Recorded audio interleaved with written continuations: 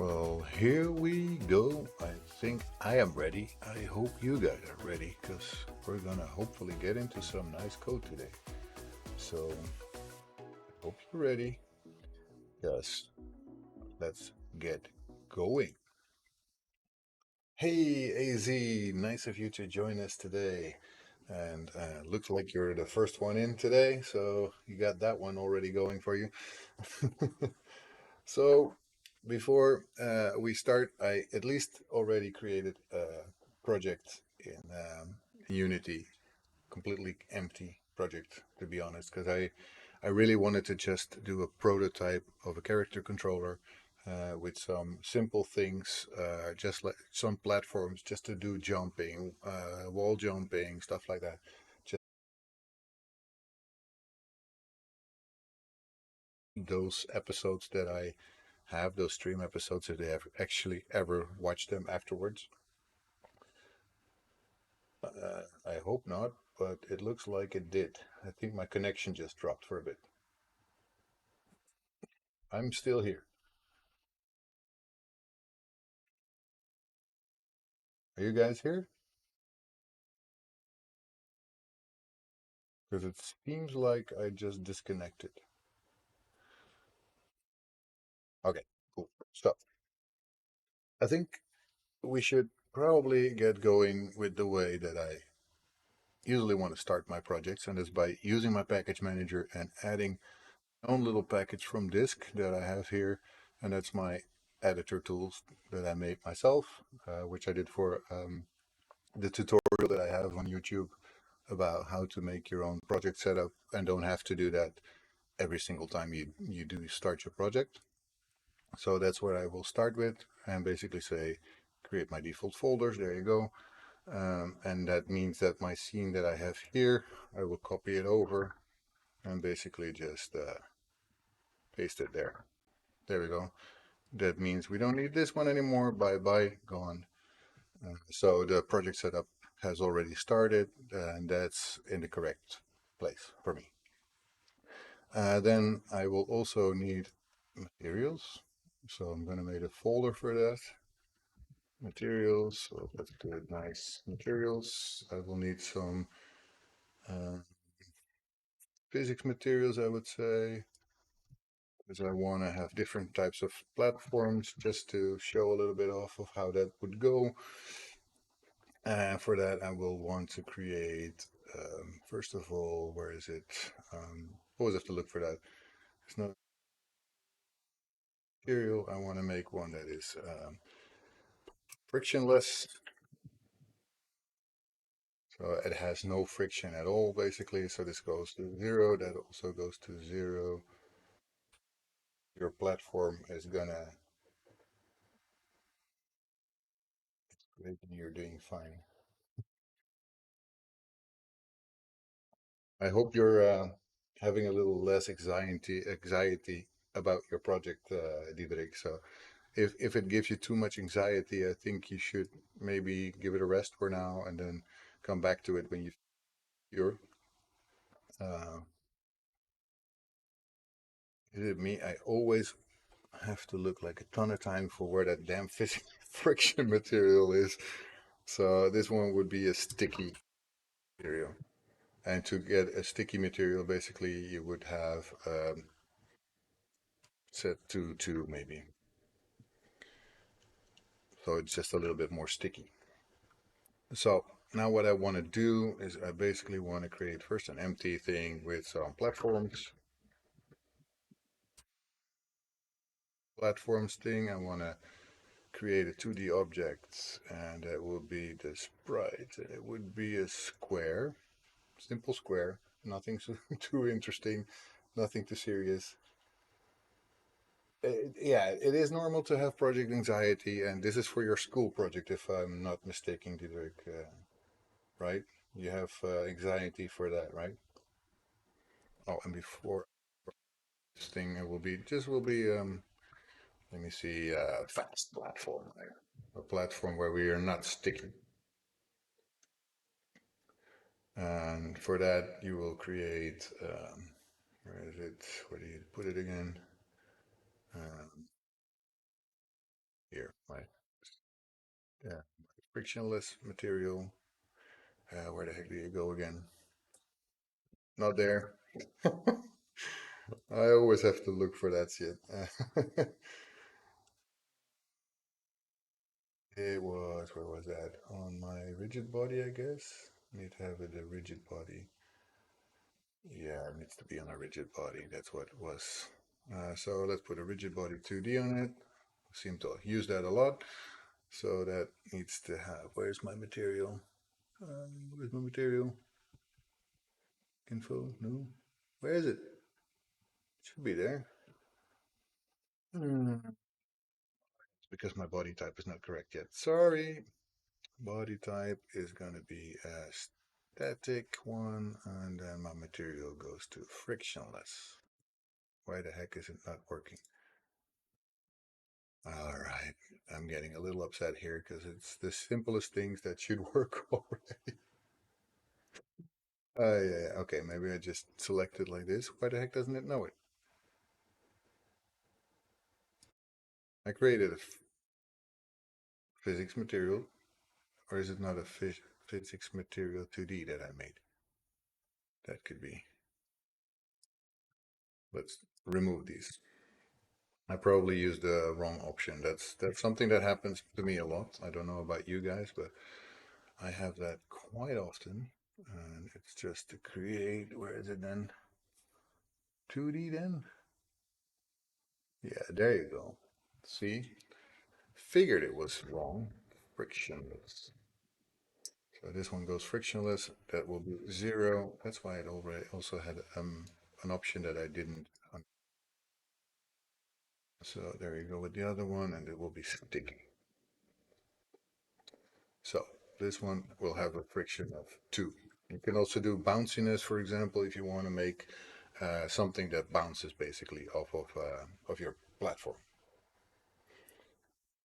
It's first own solo project without any type of guidance. Okay, so it is not for school, or is it?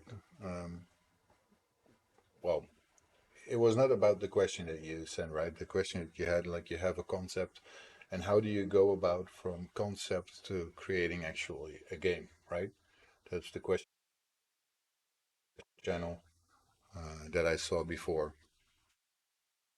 Well, basically, obviously, it depends on what type of game you are making. But still, my easiest solution for that would be if you have a pen and paper solution, like basically you wrote down what your game is going to be doing and what you're expecting it to do, then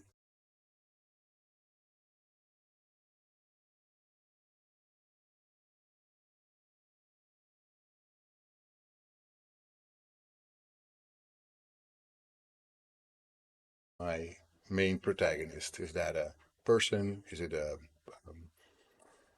in this case, for example, a tank, or I don't know, whatever your base is, you start somewhere, you have nothing yet, and you want to start your settlement. So you're probably a person, but you don't necessarily have to be seeing the person. Depends on how you create your idea. Could also be that you're just, how do you say that? You start with a little vehicle like in Command and Conquer before, you used to have that. You start with a vehicle, and then when you find your place where you want to create your base, you basically deploy that, and that's where your game starts.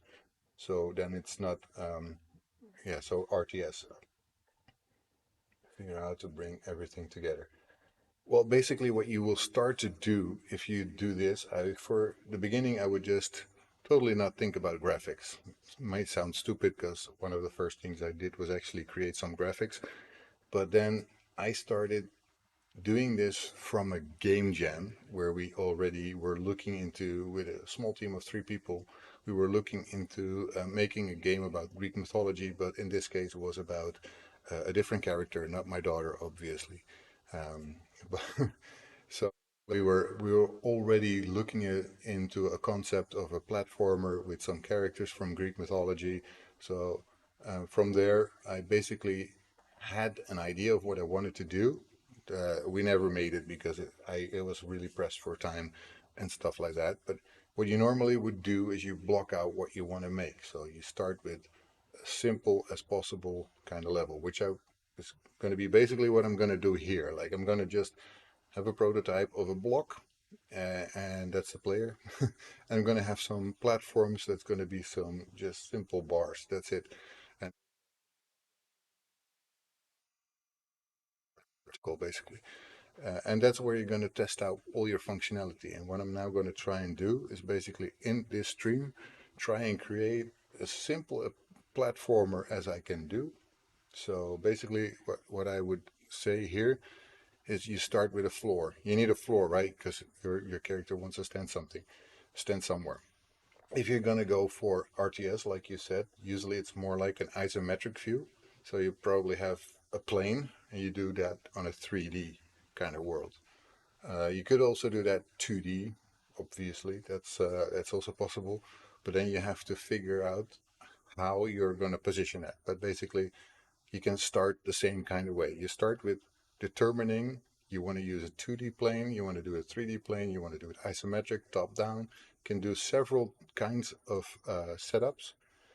And from there, you start to do your characters. If your character is indeed, like I said, like in Command and Conquer, a vehicle that needs to find its place where to set up your base, start with that. Learn how to move that thing around. It can be a block like this one, right? You just have to determine how am I going to move this? Well, so first make sure that you can move it. If you can move it in a way that you feel comfortable with or is fluent enough that you find that that is acceptable, you can start thinking about how do you want to make that into a base. And that doesn't have to mean you need graphics at all. You can just have this block transform into a different kind of block, right? It doesn't have to be anything different. That you know that that's working. You created a base out of that. And then you can start building new things and you make a menu for that. So you work from little things to little things. So that's basically how you normally would go about doing such a project. And from this part, you basically have all your functionalities there. You know that it works. Now you will need uh, your graphics with animations and stuff like that, and sounds and all that kind of cool stuff that makes it look much better and work much better. Because without sound, you basically don't have a game. So what I'm gonna do here, like I was saying, I'm gonna try and make a very simple uh, platformer that actually does something. Doesn't have to be extremely good, doesn't have to be extremely big, it just has to work, right? So let's go for our platform. I'll make this a little bit bigger. Let's be put it maybe -5. I want to have it a little lower. So minus 4.5. 5 could be also, I don't know, 5 maybe. 6 even. Yeah, that looks about nice to me. So it's not exactly at the bottom, but it's there. Now, just to make sure that I'm gonna not have to reinvent the wheel, I'm just gonna do Control D. I'm gonna duplicate my platform, and I'm gonna make this a slow platform.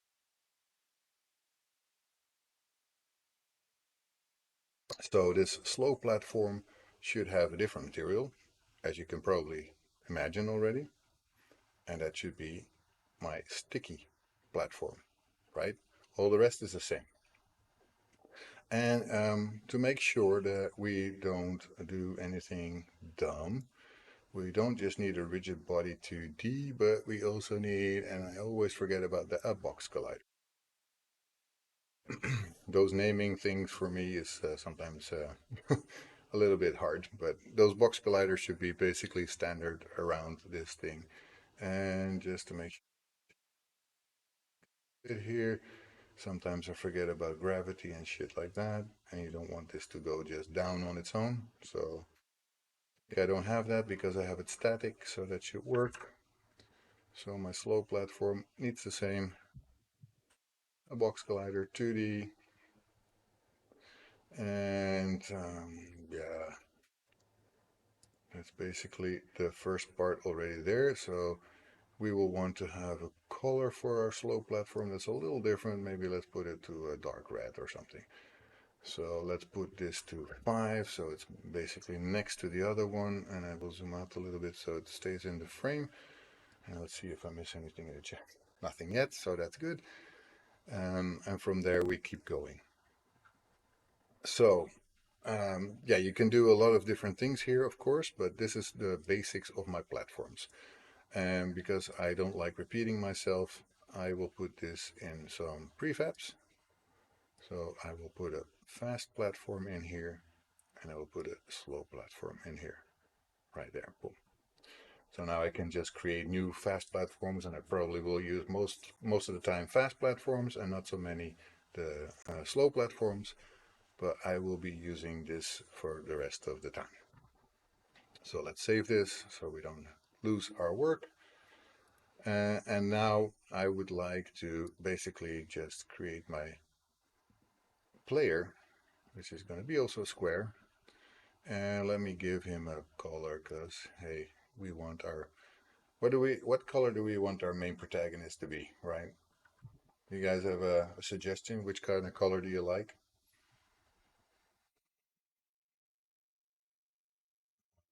Wait for that answer. Let me check if anybody said anything in the chat of the Discord. No, nothing at the moment.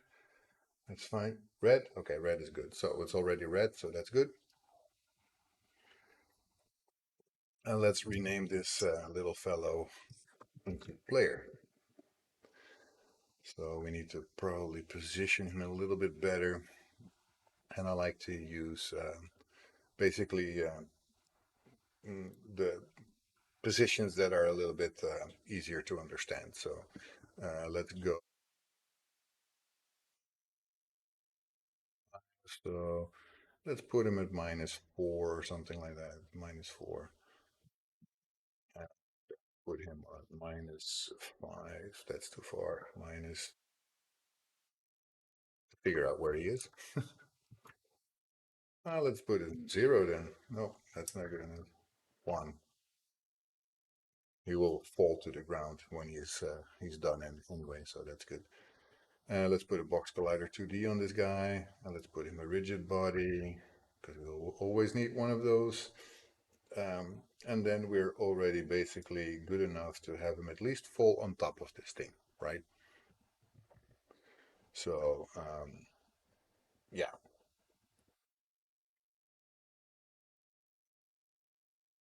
See you guys. Okay, so he's red. We have him. So if I press play now, he should already start falling to the bottom. Boom. There we go. And he stands. Yay, we have our first character. Yay. And he does something. Not much, but he does something. So, with that, we can start with the rest of the of the game setting up, and we will need to do some things for this. I want for us to be able to see his movement, so I will make something called a trail renderer. For that, we need a material, and I will call that trail. So we will actually be able to see something going on. So I will make a new material here, and material actually.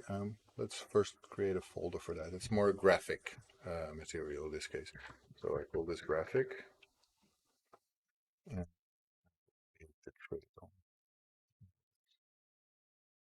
the material here. Uh, this is not going to be. Uh, this is going to be lit. I think that was.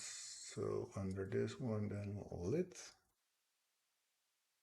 Taking. I'm always using this. Very difficult. I'm not good at this yet. And we want to have a color. What color should I do for a trail? Let me. What fits with red? Let's make it like a little bit brownish. I don't know. I don't mind. This is good enough. So we have a base alpha for that one, and we want it to be um, kind of thin, but this is just a material. So this is going to be our trail material. Let's call it trail. And then here you have the trail renderer. There you go. The width will be way too much if I leave it at 1. So I will put that at 0 0.1. And then somewhere down below here should be the material. I always have to search my ass. Should be there. There you go, materials. And I will add my little material here. Oh, I don't need two. So let's put it here and put this one on there. So that already should give me a trail, but that only shows obviously when we start moving. So for now, we have a trail that will work. Oh, you want it green? Okay, I will make it green. I'm very flexible like that. So let's go for green. Here you go. You think that fits with red? It will at least be extremely visible, that's for sure. So, and I also would like this to go with the new Unity input system. So for that, I need to go to the package manager. And if, in case you never did that before, you're going to go to the Unity registry because this is something that's always there and you need to just download it. And you have an input system here. This replaces the old in, in map editors. Oh, okay. Well, we're going to have to install this. That means we're going to have to restart the Unity editor after that, but that doesn't matter to me. We want to have the new Unity input system. It takes a while for that to work. So yes, it says, do you want to enable? Yes, I want that. And then it will take a second or two before that actually gets background for a little bit. And here we go again.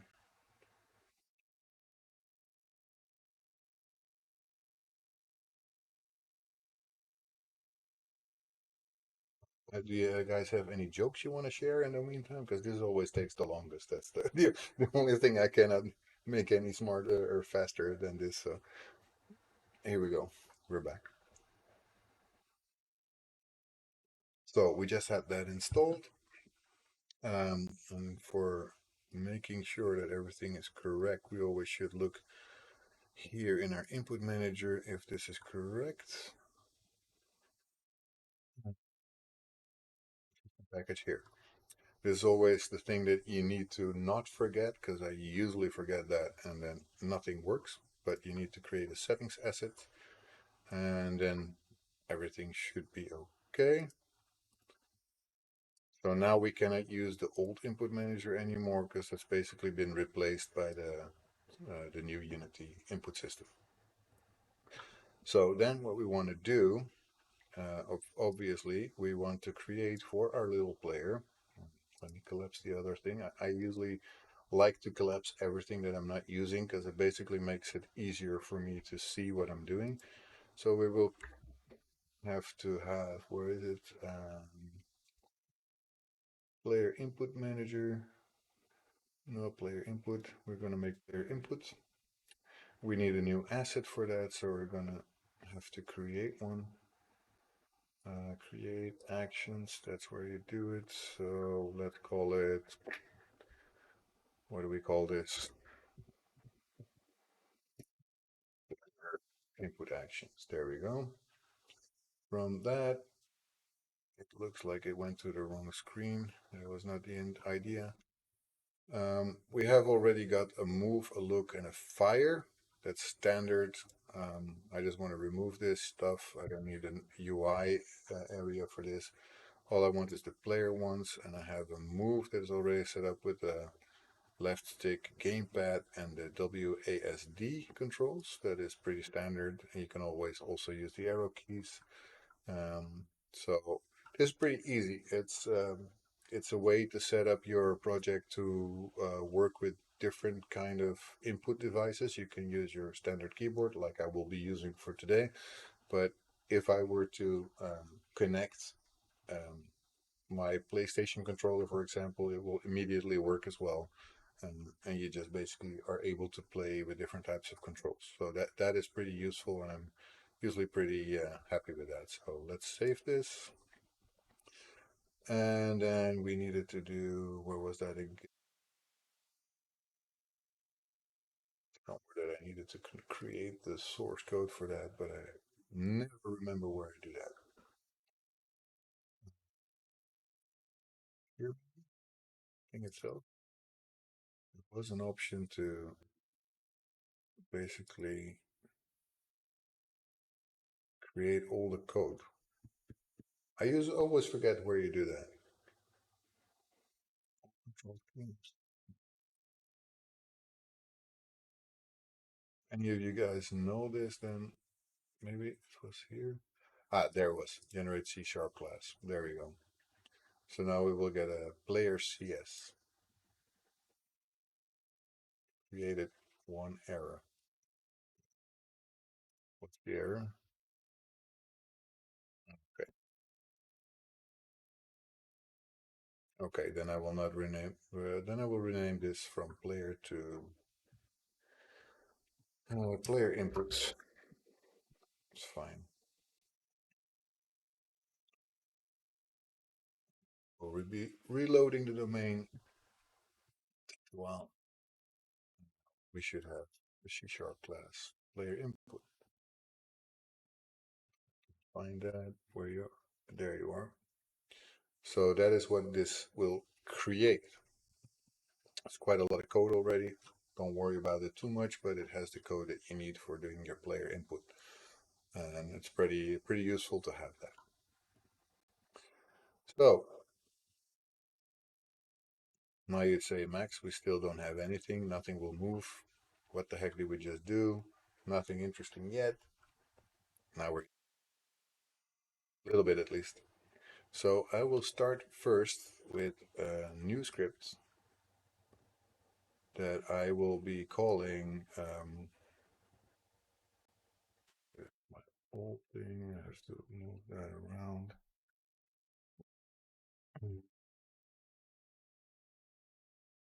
It open, did it? Here we should be. Yeah. Script. And classic mistake, guys. I didn't rename it because I wanted to call this input controller. By the way, if you ever have this, be very careful because this will now at the moment not work out of the box because it's still called new behavior script. Um, so that means we have to rename it here as well. Well, and be calling this input controller. So now you can actually use it. Otherwise, you will not be able to. You guys are still here, right? Because I have no clue. I don't see anyone talk, and you're allowed to talk. I don't be afraid to talk, even though I'm typing or whatever. I will just check back into the chat every now and then just to make sure that I don't miss anything vital. Because yeah, obviously when I'm doing this, I cannot constantly be looking at the chat. That's logical. And I want to first of all also I forgot this before. I will do it now because I really like um, my editor to have its namespace. I've told you guys about this before, so let me go for Dragon Spirit Games, and in this case it is a platformer controller.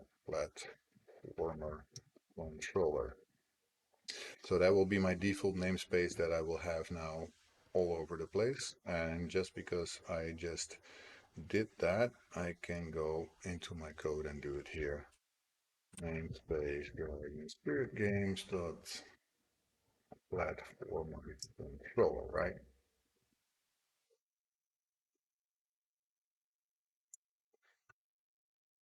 And this might not be very important right now. I mean, basically put, we have not uh, put in anything that needs specifically to have this type of controller, but it will be very useful later. So um, I'm going to change this also. I'm going to change this from a normal class to an abstract class. And I'm not going to actually be doing, I'm not going to derive from the mono behavior. Mono behavior is basically the stuff that you need to, and I need to type abstract correctly, by the way, sorry about that. I'm not going to do it from mono behavior. Mono behavior is the standard thing that you use if you want to work with anything basically in Unity, but I'm going to use a scriptable object in this case. And I'm going to put in some methods here. So what I will want to do at least is I want to be able to retrieve my input, right? I want to retrieve my input for moving and I want to retrieve my input for are the two basic functionalities that at least I want to do in this controller. So I'm going to make a float here because move input basically is between 0 and 1 and minus 1 and 0. So everything in that range is what you can expect. And on a keyboard, most of the time that will be just either -1, 0, or 1. And on a controller, it can be a little bit in between. So you can be very specific in your movement, which is something really hard to do on a keyboard, except if you have an older or an analog kind of keyboard. So um, yeah, let's call this retrieve move input. And all it wants is a game object called game object. And the good thing about Visual Studio, as you can see, is all myself. And I will do a public abstract bool in this case, because I want to just know, am I jumping or am I not jumping? So retrieve mm, jump input.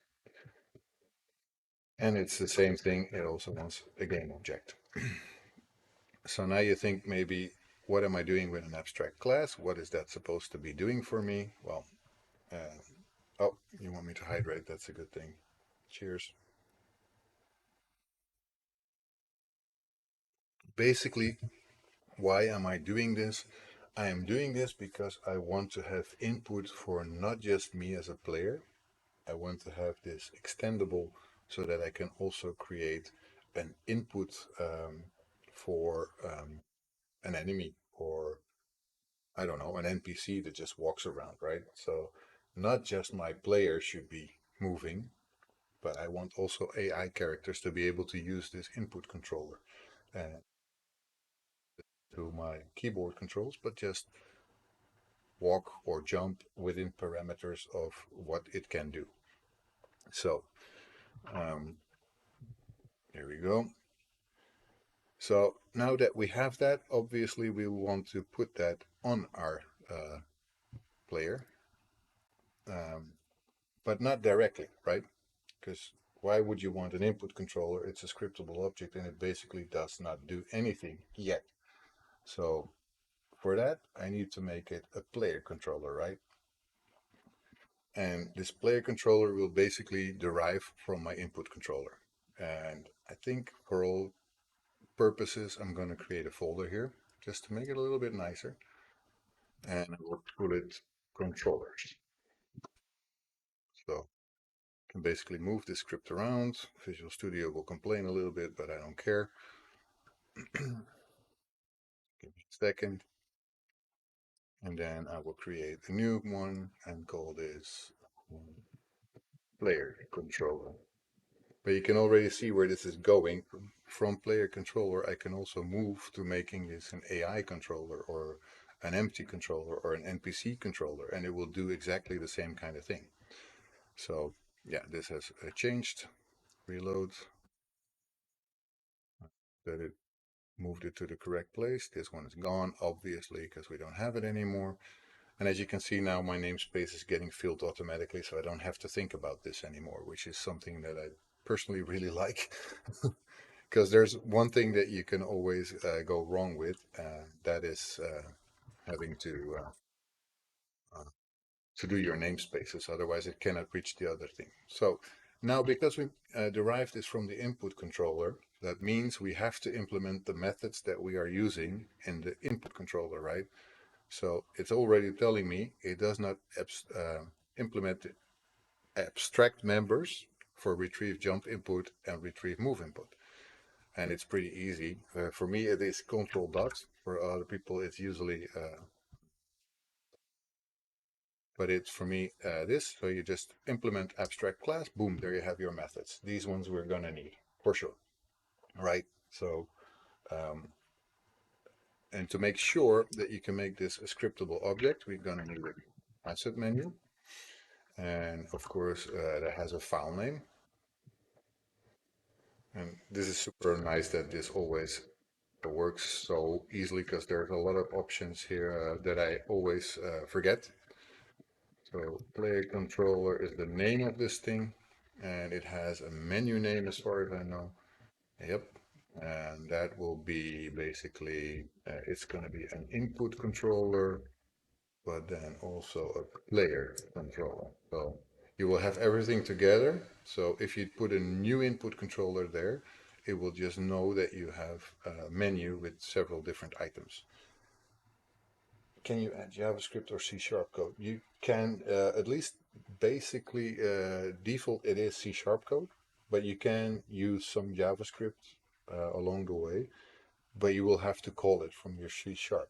Before, I think that was in Unity 5, if I'm not mistaken, but I've not been using Unity that long. In Unity 5, I think it was still basically all in JavaScript, but it has been a while.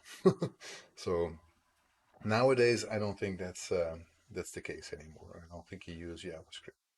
You can use it though. So with that said, we have to continue.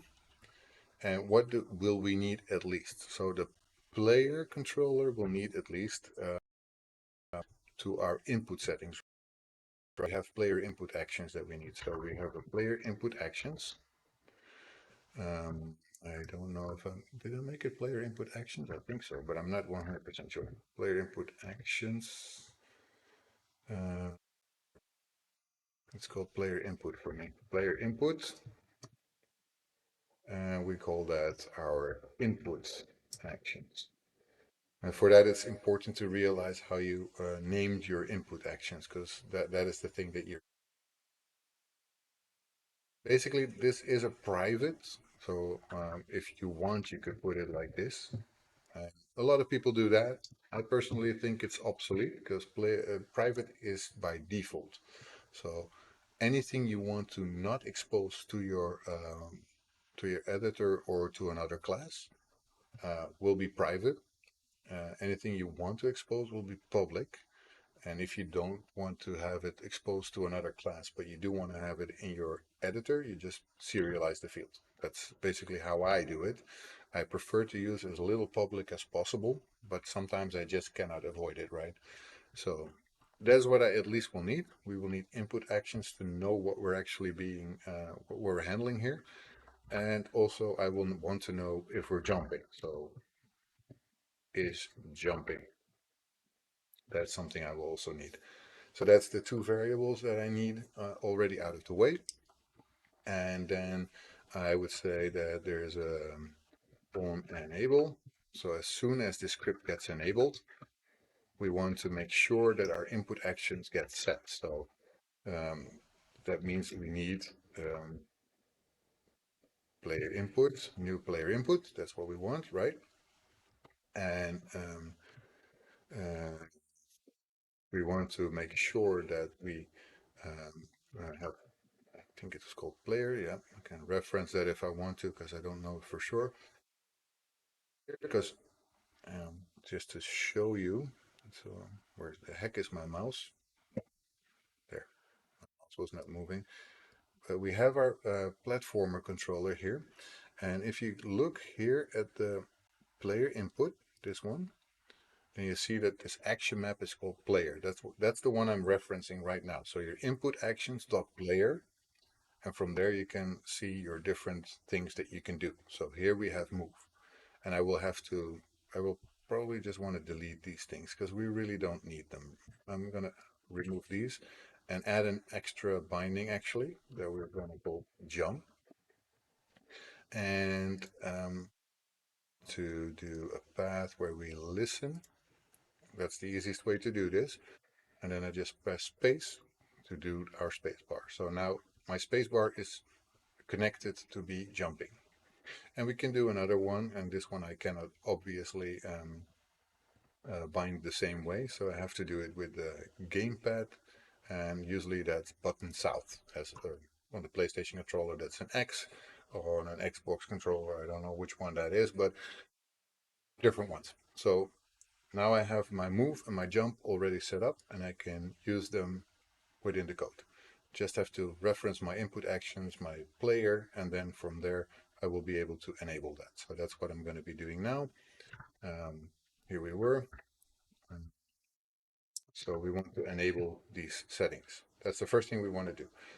And to make sure that we can actually do something with this, so we need also the input actions, again, the player, and we want to have, we want to listen to a jump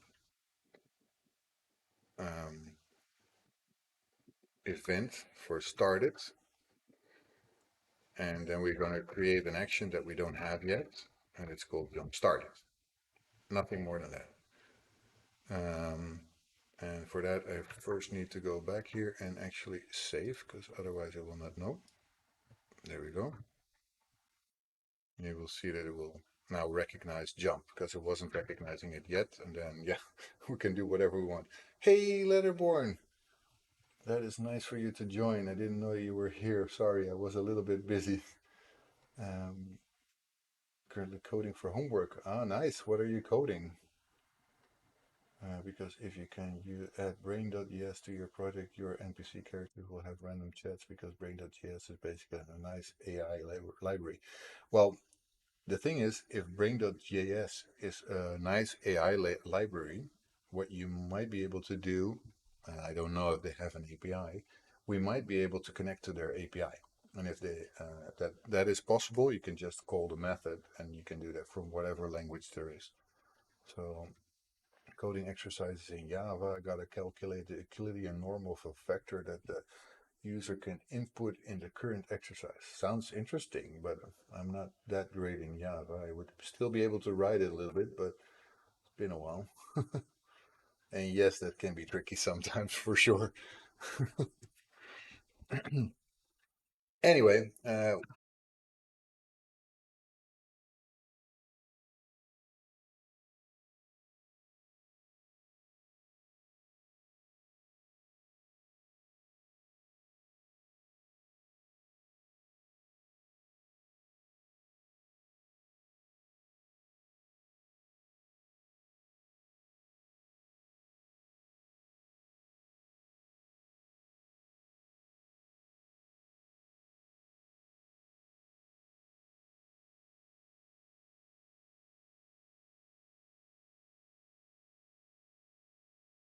to remove this same method, and I will do the same for my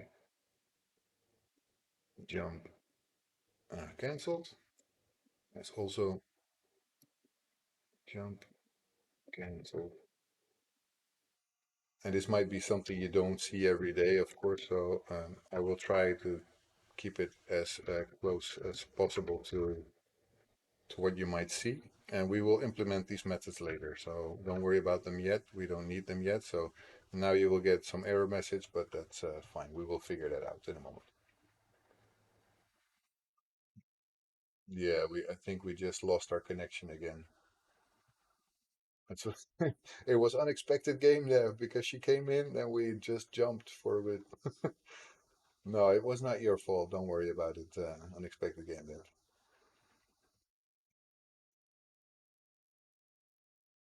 Congratulations, by the way, Diederik. You got your certification. It's a pretty big deal.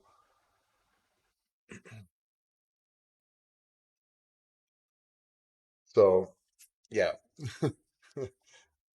we're not having a lot of luck with this stuff usually. So, uh, yeah, it's not anyone's fault. So don't worry about it. Unexpected. It's not your fault. Yeah. You will not be able to do anything about that. Neither can I. So it's just a thing that is happening. And now we're gonna create the most difficult functions of them all. We're gonna do the jump started and the jump cancel. Really, you're gonna be awestruck how hard these are. So first we start with avoid jump cancel. So it's also a private method. Nobody needs to know anything about it, but that is just how it is. So we go to our input action and we want a callback context back from this. And we're going to call this I don't context. It's already suggested. So let's put it. And all we need to do is in this case say is jumping is true. We're jumping. Then we're doing the same with the jumps cancelled. We can type that is. And the same input actions. I could copy this, but This case gonna be not so lazy as I usually am. I'm just gonna type it out so you guys can follow along a little bit easier. And this is just gonna be it's jumping as false. Formats it terribly, but I'm gonna just fix that myself. So that is basically it for the jump method and for jump cancel method. So it's not that hard, is it? And we have jumping input. So what do we need to do here? Not much.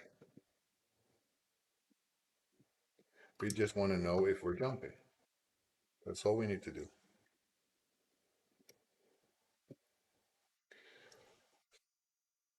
This one is a little bit more complicated, but then again, it's also not that hard. It's just your input actions, the player, move, read value, and we're going to go for a vector 2 because we're moving in our two directions, so left and right. But in this case, all we want to know, oh, I have to press the correct buttons, otherwise it doesn't work. And we want to know the X position of it. That's all for our player controller. It's not that hard, is it? And you might think, but Max, you're doing it again. I still don't know what this does because now it will still not. The Java course was pretty rough, and thank you, Dragon Spirit Games. Yeah, you're welcome. Hey, Half Moon. No, you're not late. You're okay. You're just an apprentice wizard. You're never late. You're never early either. You're exactly there when you want to be here. So don't worry. It's fine. So we're getting somewhere. Posture check. Okay. Yeah, I should sit up a bit more straight probably. But yeah, I'm looking at you guys every now and then. So yeah.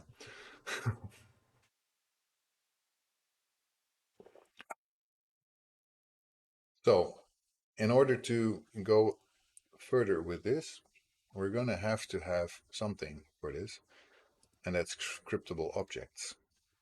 So let's create a new folder for this and call it scriptable objects. And you're going to notice that we have an option here. It was not here before. We can create a player controller. And there you go. We have our first scriptable object here. Yeah, you never have to worry about being late, Halfman. We're already happy that you're here. I mean, I am at least. So I hope the rest is also, and if not, they should be, because you're an awesome person. So I like people like you around. It's always nice. So don't worry about being late. It's fine. It's fine. You're good. So now that we have this on there, we're gonna have to put our controller script, and that is something you haven't seen yet. So we're gonna make just a simple controller. It's really easy. You're gonna be amazed. It's just gonna be, oh, if I click correct, it's very easy. But I have to click it correctly. It's gonna be called. Are you already amazed? Diane, this is pretty easy, right? It doesn't need so much either. Because all this basically needs, and this is actually a mono behavior, this first one that we have, we're gonna want to have an input controller here, and we call it input. And just to make sure, we're just gonna make sure that it's there by giving it null, so it's not there yet. So if we go to our character, it will need something, right? So here we go.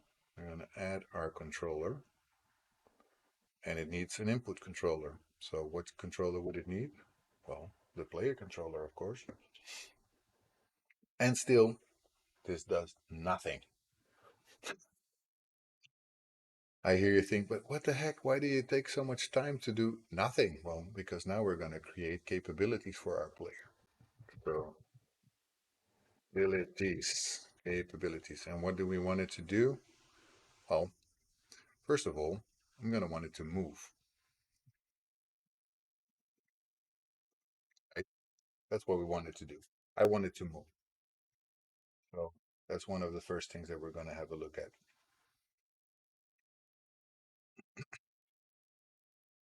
And for that, we're going to need a couple of variables because my muscles are a bit tight. Yeah, well, I need to probably pull down the sleeves a little bit because it's too tight around my arms. These things are not made for people with muscles, basically.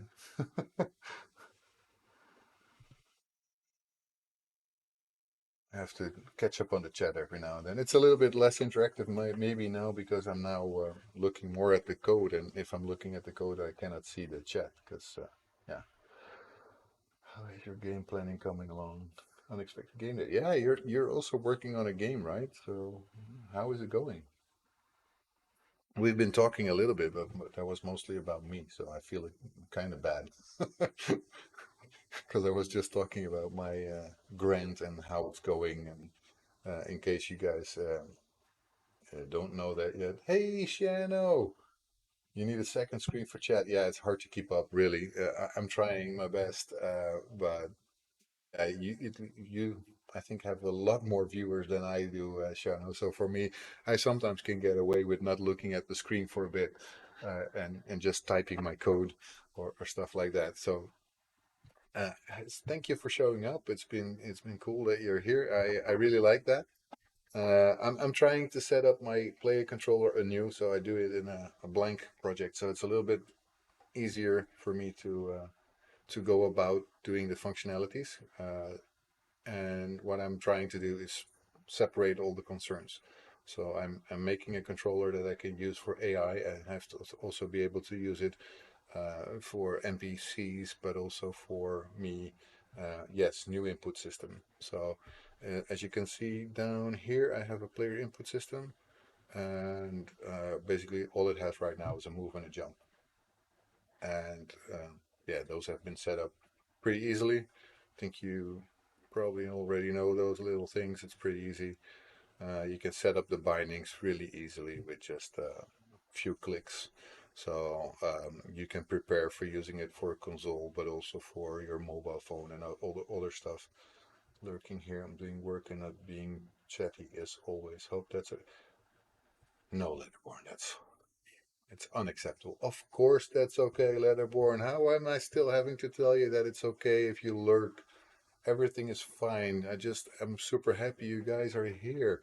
Every, I mean, if you're not talking, I'm also fine. I just feel very alone because I think I'm talking to no one. And every now and then, a sign of life just makes me feel a little bit more like I'm talking to somebody. So feel fine to lurk. And if you just want to say nothing, it's also fine.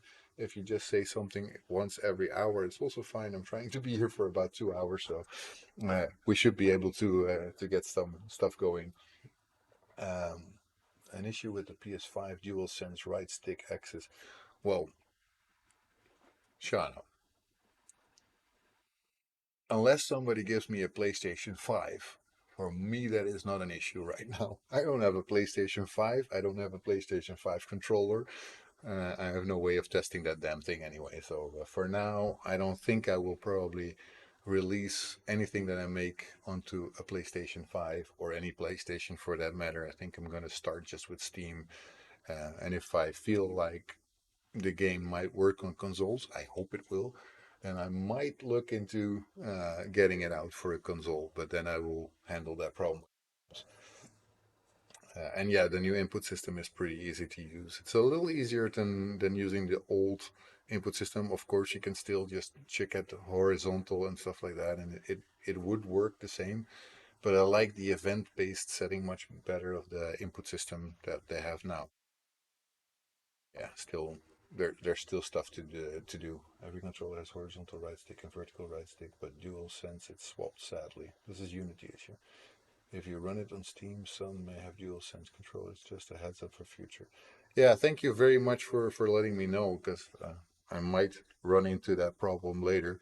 For now, I'm not going to worry too much about it, and I'm sure people have come across that as well before, so they might already have solutions for that for me. Don't know, hopefully, but for now, I'm just gonna focus on getting myself to move because now we're gonna have to go for this one. And that is going to require some stuff, right? Because we need a controller for sure. So to make sure that we never miss out on the things that we need for our character to move, what I'm going to do is I'm going to always look for a type of controller. Um, that we always also will need. Um, let me need a rigid body for sure. Otherwise, it will also not work. And then I'm gonna probably need something else. I'm not sure yet. The ground check or something. I'm gonna probably make that a little bit more generic because it can be ground, but it can also be something else that I might collide with that I want to check for. So I'm not sure yet. Let me think about that while I do this, and then later I will be able to make sure that we put that in the correct way. I think it's going to be something like a collision retriever or something. I don't know yet, but for now, I'm just going to make some variables. And as I just said, I like to use serialized fields because I don't like to expose all my variables to the other classes basically. And I want them to be able to be set for now, at least in the editor, so we can play around with them a little bit. So one thing that I usually put in a move control is the speed. And I don't know how fast I will want to go, but let's set it to 4 for now. I'm gonna need another one. That will be my acceleration speed because you don't want to start like super fast, or maybe you do, but you need to set it. And that's why I put a range. So basically, you can change it and you can play around with it a little bit. So let's call this max acceleration or something. And for those of you who know me, that's also my name, but it's purely coincidental. I don't mean to do anything by that. So because we need a controller, of course, we can look for a controller. Um, and as most of you might know from me, I like to put all my private variables with an underscore. It's just something that I like to do. It's easier for me to know that way what I'm doing. I'm going to need a vector 2 here. I'm going to need a direction. So am I going left or am I going right? Um, so that is something that I will need. I will need my rigid body for sure. And I see some people call that just DRB or RB. I personally like to call it just rigid body because that's what it is, right? At least then I know what I'm doing with it. Um, and probably will need a boolean to know if I'm on the ground. Uh, so let's call that on ground. And I will need some floats, I guess. One for a max speed or for my acceleration, I guess.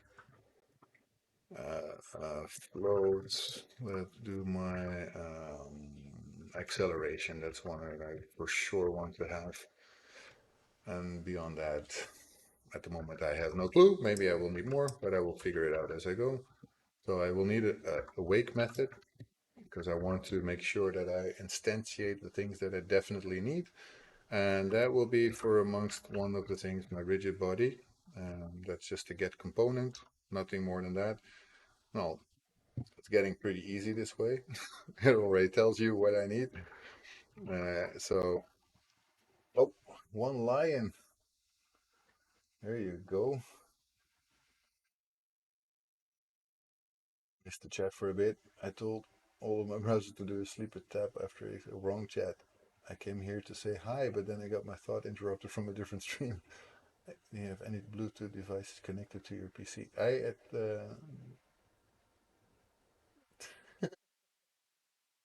It's okay. It's okay, one line. It's okay. It's kind of cool to see that you're trying to help someone, and it's fine. I'm kind of wondering what we're talking about here. Somebody is having trouble with their audio devices.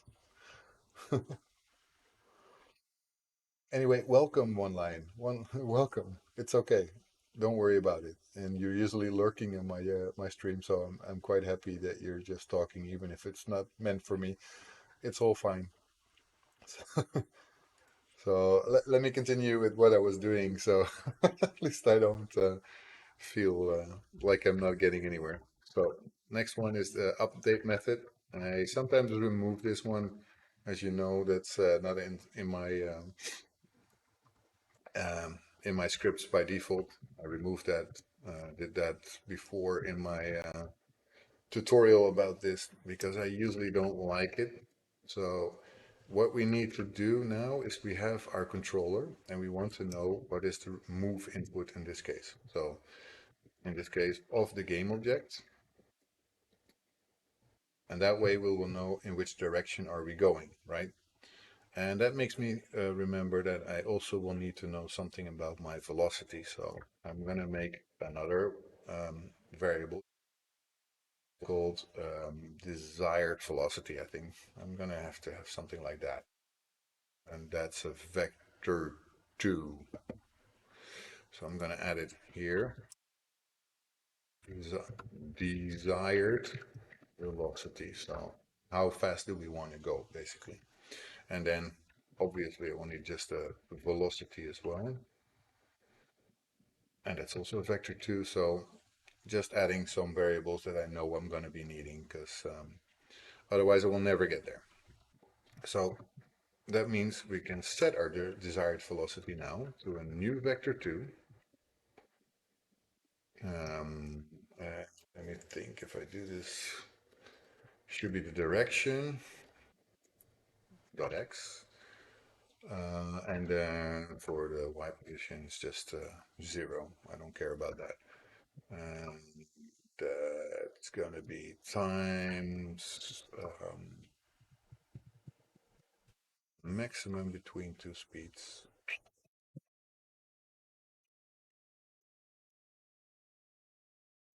Mm, I'm going to need my ground detection, I think, for this. So let me hold that thought and get back to this.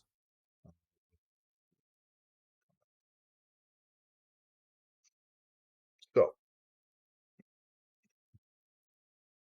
BitGamey's audio redeems are and such are being very choppy, but I'm here now. Well, welcome in, One Lion. Well, welcome in. I hope you're liking what you're seeing because I see you code much more often and you do a lot of coding streams. For me, this is basically my first coding stream, so I usually don't code much on my stream. I do more the pixel art, even though I'm a programmer at heart and not so much a pixel artist. So um, yeah, I know you love code, so probably you know it much better than I do. Even that makes me feel a little bit awkward, maybe. So I will do my best not to let it show. But yeah, I'm gonna check a little bit what I want to do with this. So I will want to check for the ground, and to check for the ground,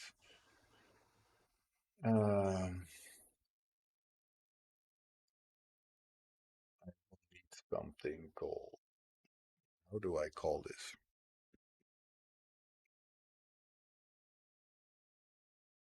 Collision retriever? What do you think? I think that's a good name, right? So let me create a new folder here. Check, because I will have several checks most likely. Create one for collision detection. Collision detector. Collision data detector. That's a nice name. That should do it. So what does this thing need? Well, I will for sure want to know if I'm on the ground, right? So public on ground. So now you will see that for publics, I like to use capital letter. It's a naming convention that I just know from wall, basically. So You don't have to use the same thing as I do, obviously, but I kind of like it. So I also want to know how much friction we're getting. So I will check for friction, and I want to use fields for that too. So I don't want anybody to be able to set this. So no other class can get to it. And I will definitely need to know the physics material 2D. And this I almost did wrong before. So let's put this to material. Material. I think I tapped that correctly. So what do we have? We will have some methods that we need for sure. So what do I want to do? I think I want to evaluate basically or retrieve what kind of friction we have. That's what I need for sure. Need to see my chat. Oh, you're lurking. Have a nice lurk, unexpected.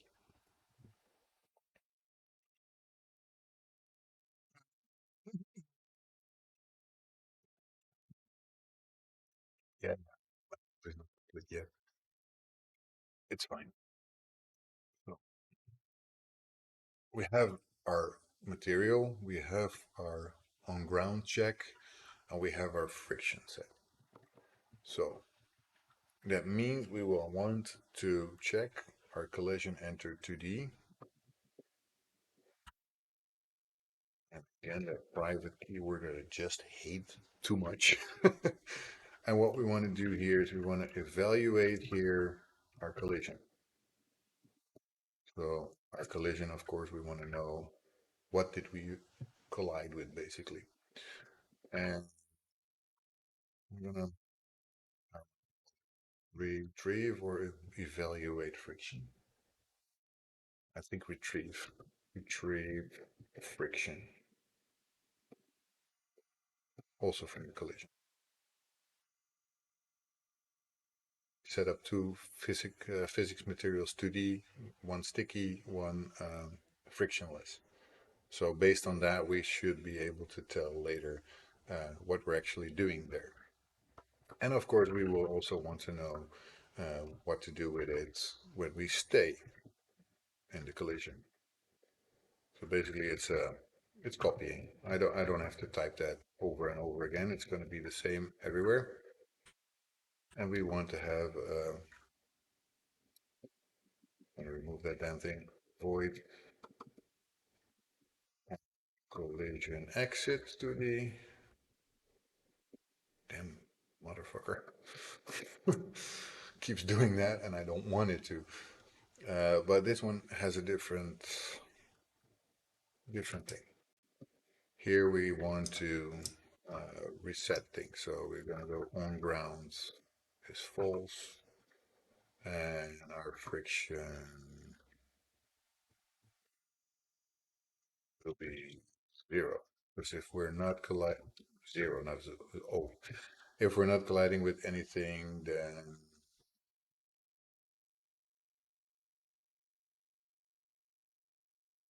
then we shouldn't. This should be. This should be. If we're not colliding with anything, then obviously we do not have any friction. So now that we set that up, we can do our evaluate of our collision. So let's do control dot generate method. There you go. And I don't like where it's put this. I like things in order. For me, that means that something that is from Unity should be belonging to Unity, and something that I create should be what I create. So not the other way around. So on ground will be the collision get contacts, and that should be the I think, and the normal.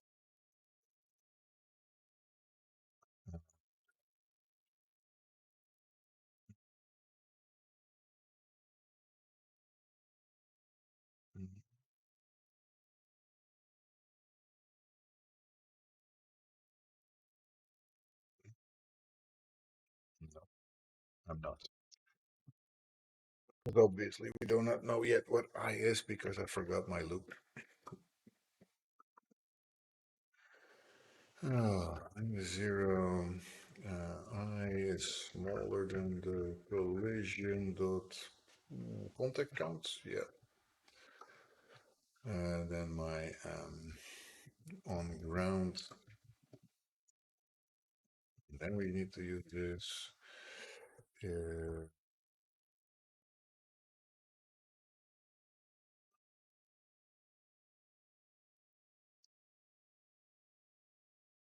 we need a contact normal. I need a contact normal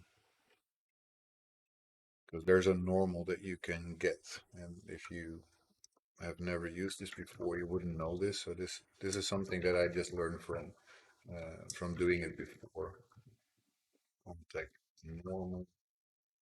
So get set. So that will mean that we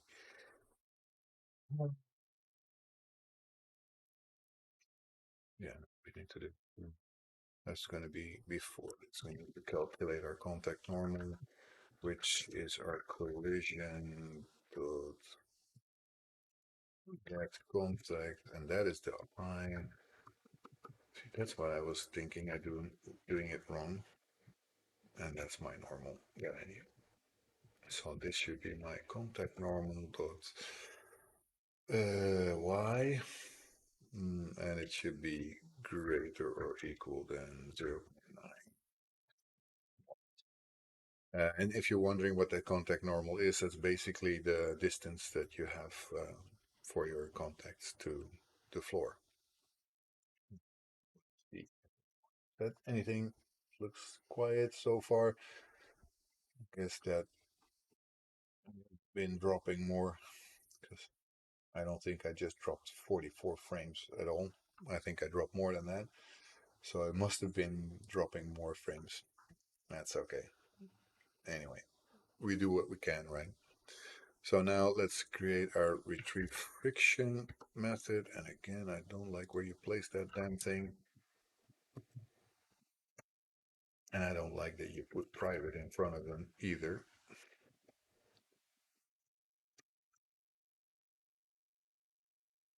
A little bit too much about that, but I really don't like having obsolete keywords there that I don't need.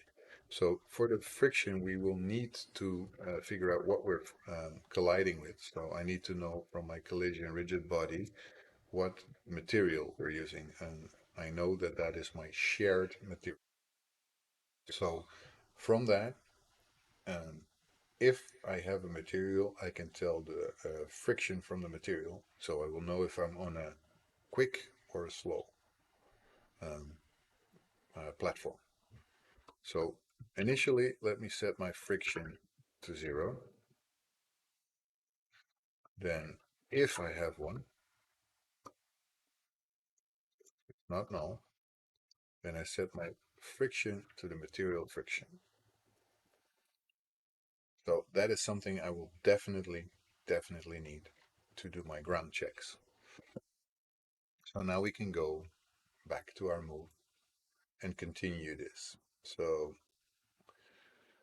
I'm going to have a reference to that thing that we just created, to our collision data detector. So I'm going to have to create that, and I will do that just below my controller, collision data detector, and I'm going to call it collision detector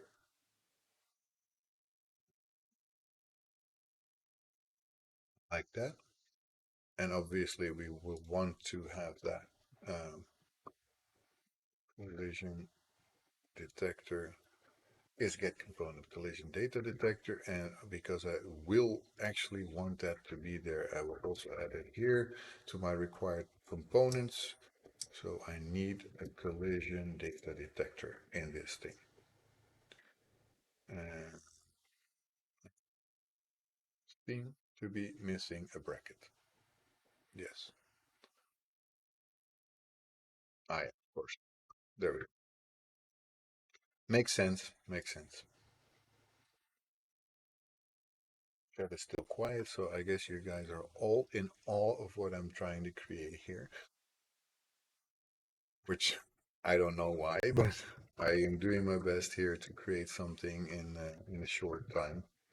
So I'm gonna need to go between my max speed and my minus my um, collision detector. The, was it friction that I need? Let me think about that for a second. Yes, my friction, and that, the last one is 0.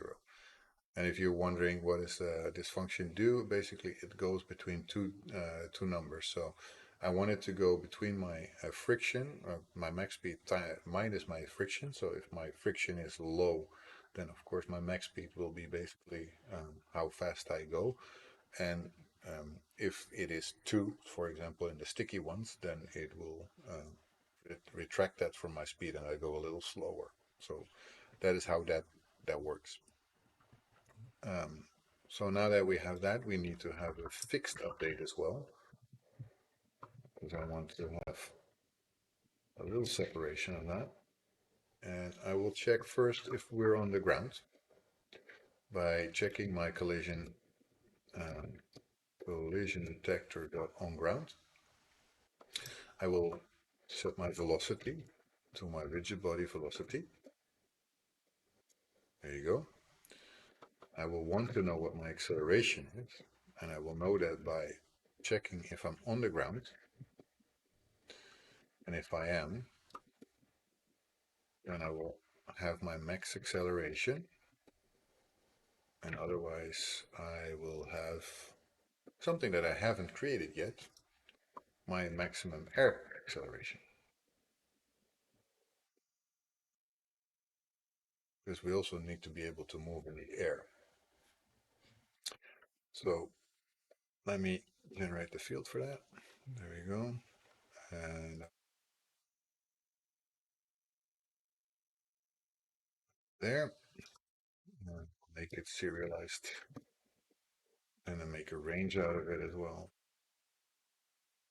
Also 0f to 100f. I just want to be able to set it, and I will set it to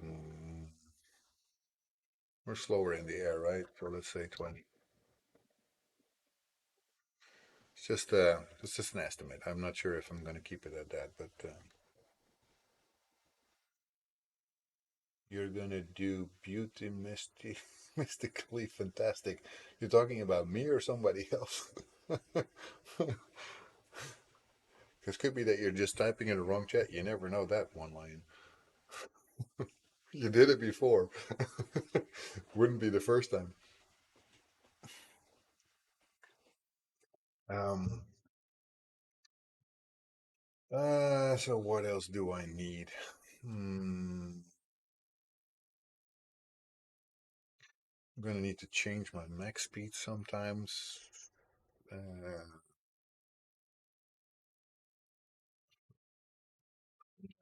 change, right? No,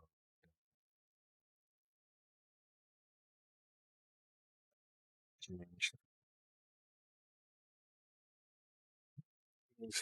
something with acceleration. Time.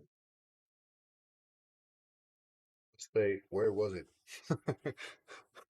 Because your time dot delta time is something so common that it's almost weird if you don't have it. So now we're going to set our velocity x to math f, not mark, math f, move towards. Cannot type anymore. Velocity dot x, and I want to have my desired, where is it? Desired velocity dot x, max speed change. There we go. And then obviously we need to set it to our rigid body. So my rigid body dot velocity will be the velocity we just set. Phew, that was quite a lot of work, but I think that will work. I meant you, delayed response since I was upstairs refilling my water. Hey, Mrs. Unholy. You're doing your new PC. Right. For the people who do not understand Dutch, she's installing a new PC and she's rebooting, so she will be back later. And if you did understand Dutch, then you would have already read that, but just figured there's not always everybody understands this. So I think we might be ready for our first little test drive. My mic pickup is a little low. Maybe I should just sit like right here. Does that help? If I just sit and almost talk inside my microphone? Usually they say that my microphone is pretty okay lately, but I can see if I can do some.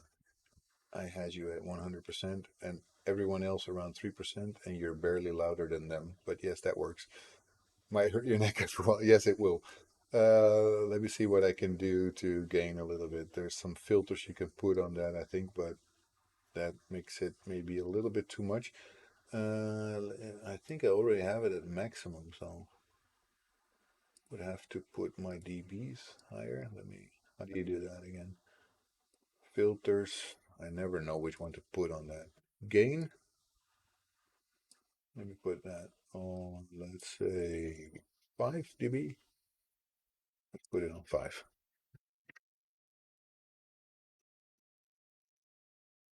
So does that help a little bit? Is it better? Because obviously I'm not always talking towards the microphone, and that might also hurt how loud my microphone is. Helped a lot. Cool. Okay. Glad it helped because I think the quality of my microphone has improved a lot since I'm using this thing. So uh, glad that I now am more audible. So I'm thinking here I'm ready for putting a little test drive. Let's see if I can move. That would be cool, wouldn't it?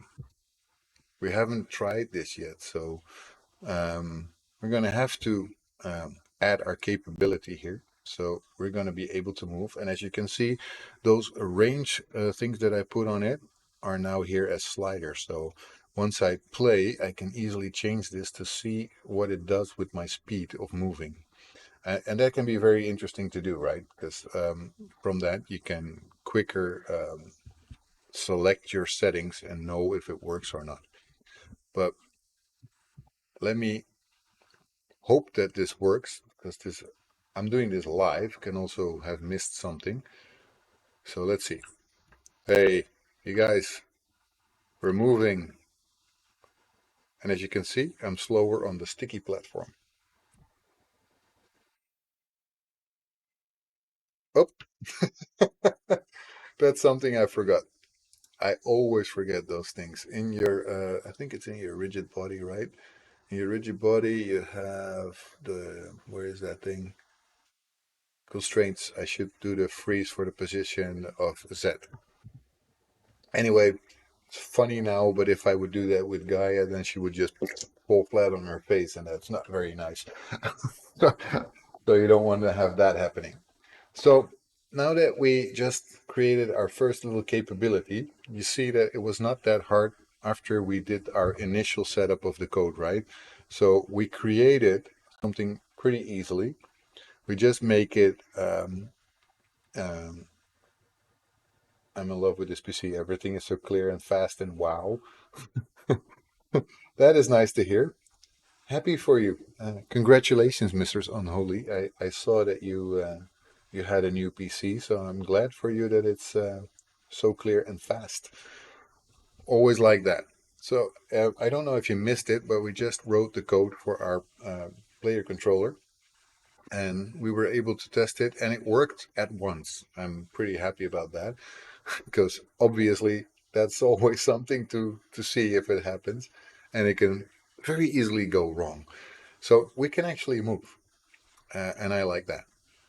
So next thing we want to do is we want to be able to jump. I mean, that's what we already wrote that we want to do that. So we're going to create a new script here, and we're going to call it jump. That's what we want to do.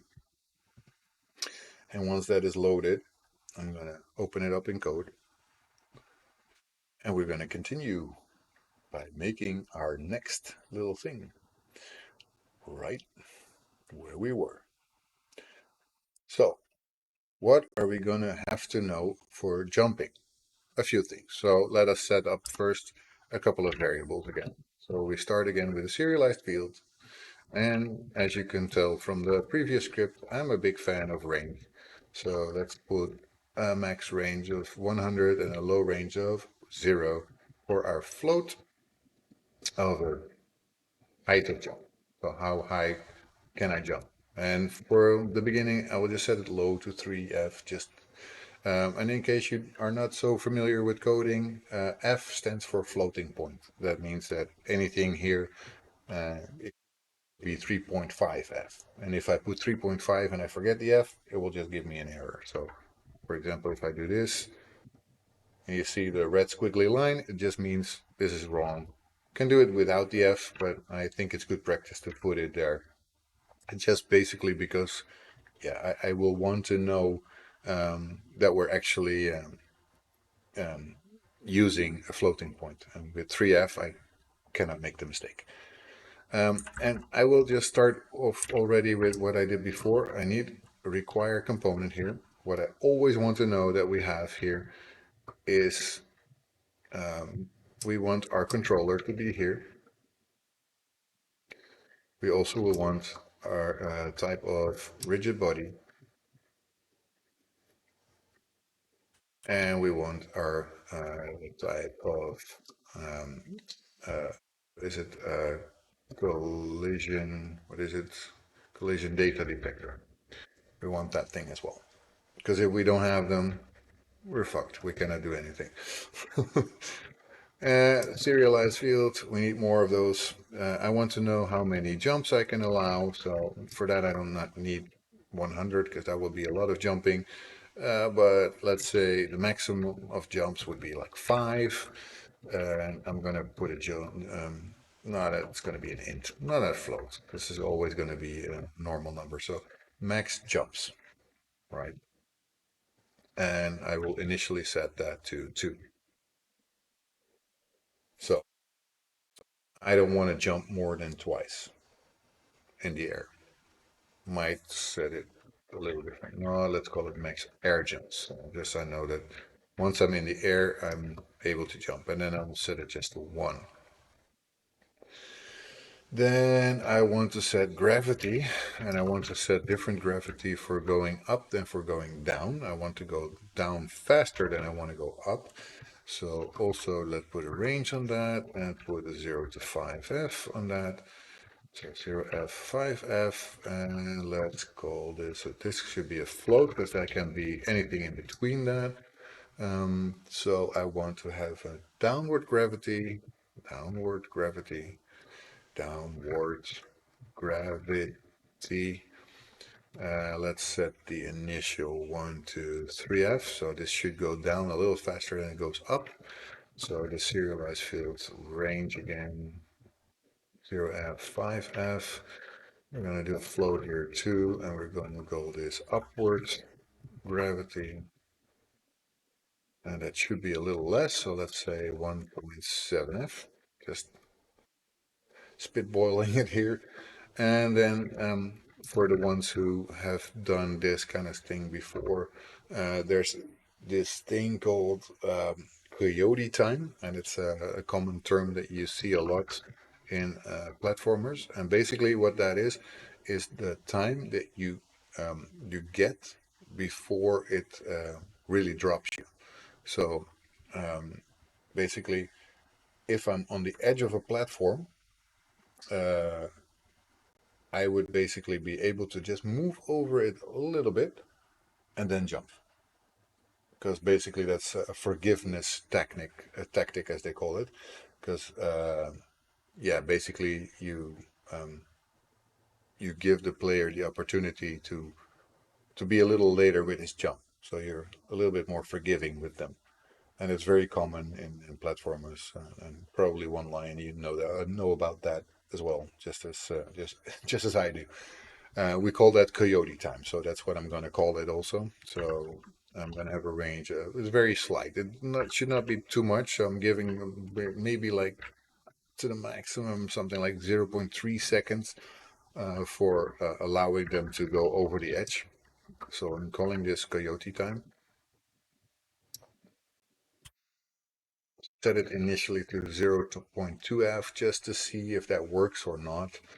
And I'm gonna give some buffer time for how long it can be between buffers, so between jumps. So it's also a very small range. Don't want to put this too high, so I will keep this just like the coyote time at a maximum of zero point 0.3 and also set it standard to zero point 0.2 to see if it works.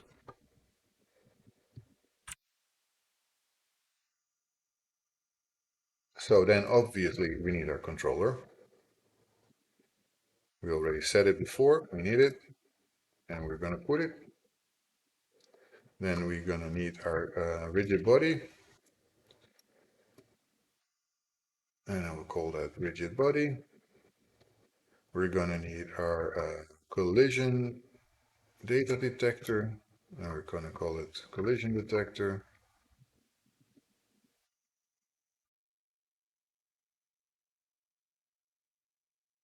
Velocity, I think, and it's a vector too. Already thought of that for me, so that's very nice. And then we're gonna have to set something probably like a default gravity scale. So for that, I will probably want a float as well. Default gravity. That's going to be something I need. And just like moving, I will need a jump speed. So let's add that here also, because that's also a float. The coyote needs a counter to be able to reset it in time. What else do I need? Um, a jump buffer counter, I think. Otherwise, I cannot reset that thing. That should be enough. And then I need some booleans, I think. Oh, yeah, I will need to know if I'm on the ground. So bool, no, not full, bool. On ground, I will need to know if I'm jumping. Uh, if I wanted to jump or not. And if I'm resetting my jump. That sounds about correct. And that was a lot of variables. And in case you're wondering how the heck do you think of that, I've done a few um,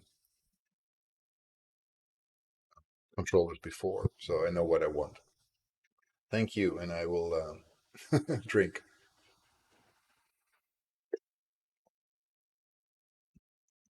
Ah, you didn't know the term one line. Glad I gave you something new that I didn't know that you didn't know about the who. Yeah, and glad you are still there, Diederik. I think I dropped one time at least again. I'm sorry about that. It just happens sometimes. Connection seems to still be not so stable. Um, App developer I am. Yeah, I know. But you sometimes dabble around a little bit in game development, don't you, Warline? I think I saw you do that once or twice at least. Well, anyway, I'm glad I teach you something as well. Makes me feel even more self, even more like I need that. I'm so arrogant. So we're gonna need an awake. As you already could tell, I think I really like using my awake. So we're going to do our controller again, a collision detector again. Um, huh. I want to know if our jump is reset. And set that to true because we need. Sorry about that. Oh, oh, damn it. And we're going to set our default gravity to be 1F. We don't want it to be crazy when we start. I think that's basically what we need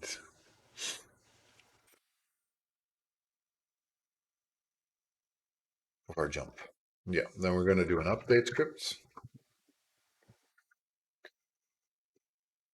So we're going to want to check if this is a desired jump. So are we desiring to jump? And for that, we need to know from the controller input if we actually are retrieving a jump input. Oh, ah, damn it. And we're going to need to know that from the current game object. I'm sorry for the talking, guys. I know some of you can be bothered by that a little bit. Dabble, yes. I just haven't been able to do it consistently enough. Between day job and evening contract work, not much time for learning new skills. Still, well, same here. I wish I had much more time to do this stuff, but I also don't have enough.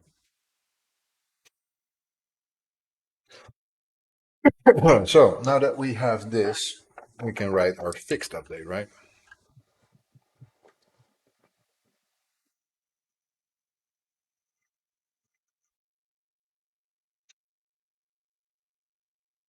And the first thing we want to do is we want to know if we're on the ground. And from what did we do that? From this option. We want to calculate our velocity, and we do that from our rigid body velocity. Again, that's easy, right? Then we're going to have to check, are we on the ground? But also, um, if our rigid body velocity y is equal to 0. And I do a double equal because otherwise it's becomes. So is means basically is equal to. Um, some people don't know that, so then they wonder why on earth do you use two and not one? That's the reason. So then we want to know or want to set our jump phase because we're on the ground.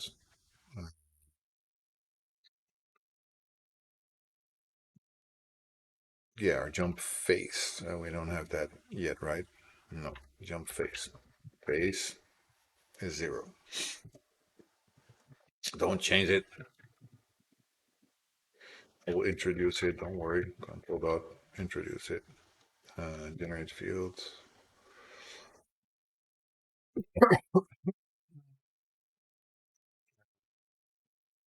Yeah, that'll be in it.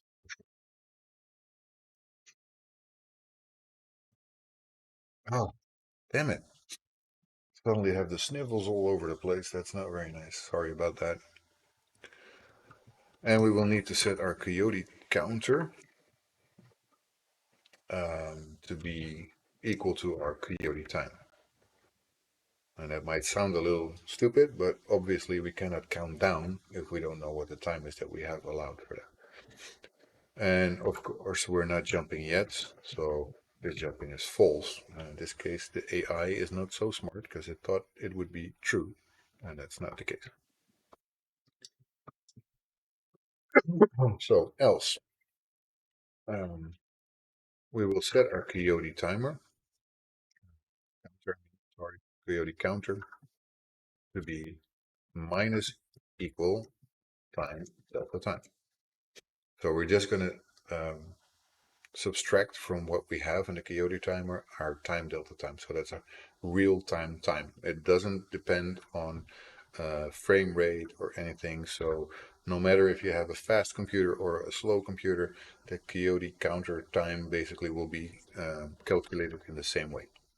Then we will want to know if we have our desired jump. So we want to jump, but also we will want to know if the jump has been reset. Um, so that we know actually if we're allowed to keep jumping, basically. So we will then set our jump reset to false and desired jump also to false because we already got it, so we can flip it around. And then we will go jump buffer counter, we will have to set that to our jump buffer time. That should. Then we're going to need an else if. I have to think about that one for a second.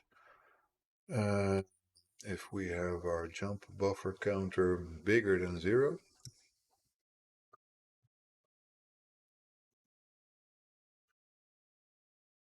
already using it, basically. Cannot talk that way. Hmm.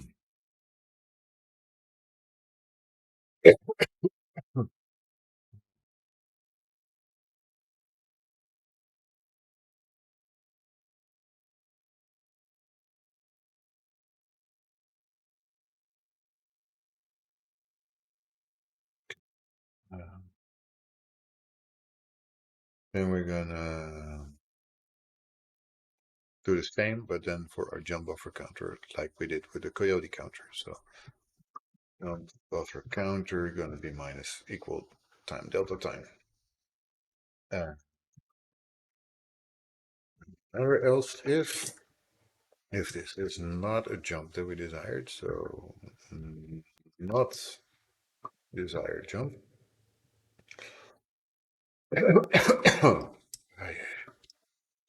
Then is jump reset will be true.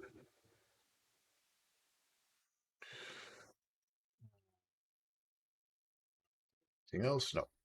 And if, and this sounds, it looks like I'm repeating myself, but if it's bigger than 0, then we will want to do the jump action, and jump action is a function that we're going to define. Just a second. Ah, so bear with me on this one. This is what we're going to do if we are actually allowed to jump, basically. But we first want to set our gravity skills. So this is going to get a little bit more complicated now, unless I do this later. I guess I can do this later. So here I'm going to just put a placeholder, change gravity.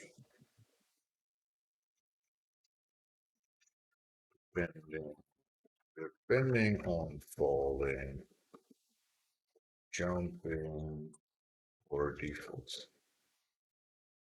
gravity if we are on the ground.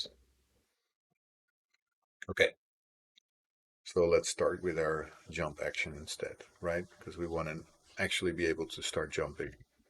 So we're going to make avoid jump action. The it's not that easy.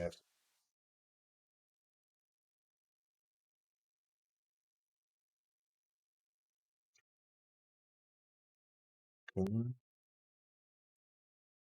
gonna want to check for our coyote counter and which phase of jumping we are at, and if we're still allowed to jump more times into the air, and also if we're jumping. Checks. Not forget anything. Coyote counter should be bigger than 0f. That is for sure. Or should be multiple things that I'm checking for. Jump phase. And,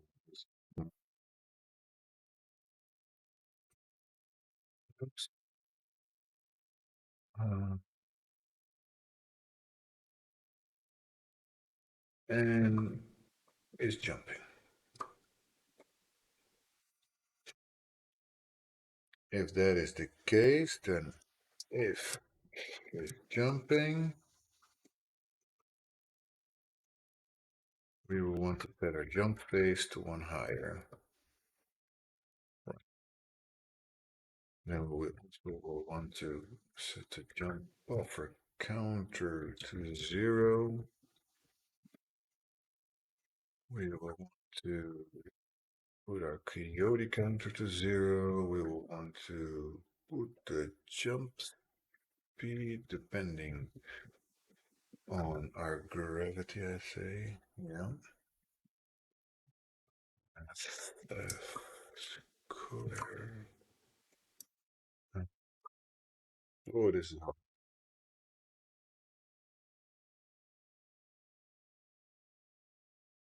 I want to get this working before I'm gonna quit. So, um,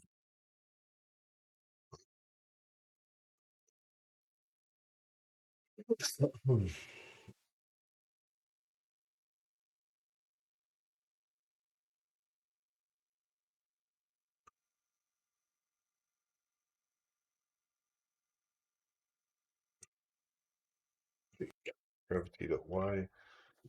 Um, so the height of jumping minus my upward gravity. Yeah, should be also the one. That should be it, right? Okay. Is jumping should be true.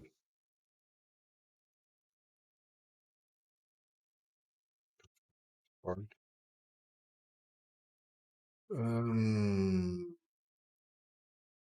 Yeah.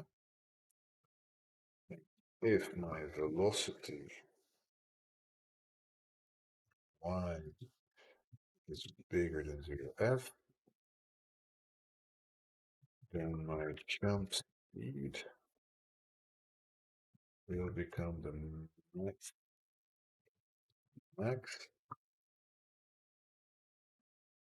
jump speed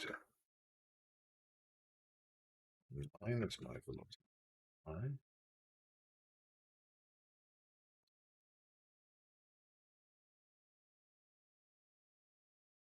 Oh, didn't type an S. I was so sure that it is.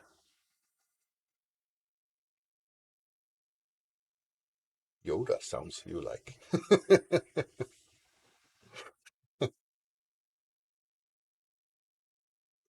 Yoda sounds you like. Yes.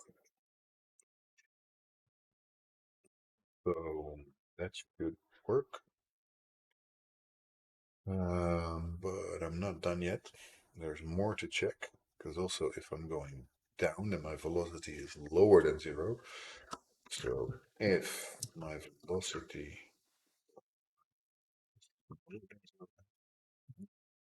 sure if I'm doing the most efficient way here, but my jump speed should be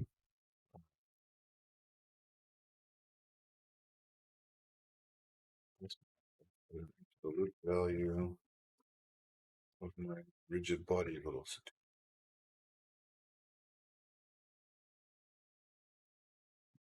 Because if the speed of jumping from how fast I fall down. And then I need to set my velocity y to my jump speed.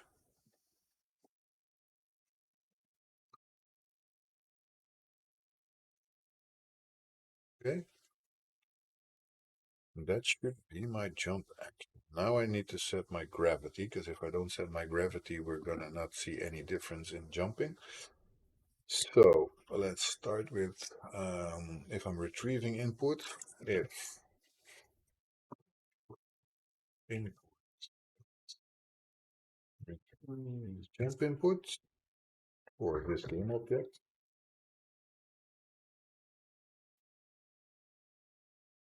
and my rigid body dot velocity y is more than 0, then gravity scale is gonna be, we're gonna put my upward gravity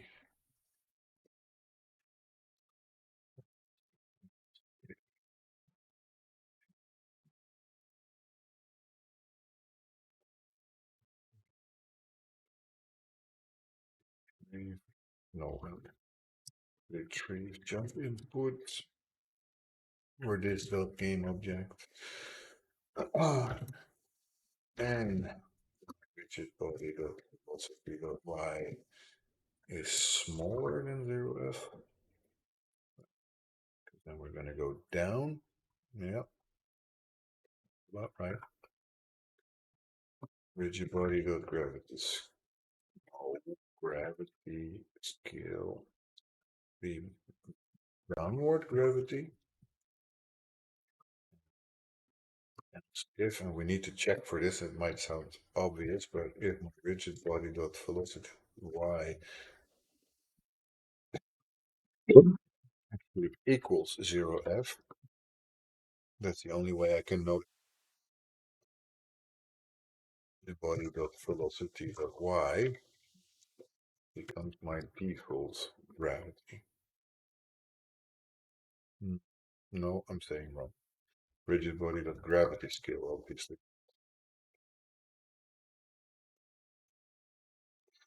And then all I need to do is make sure that my velocity is my, that should be it.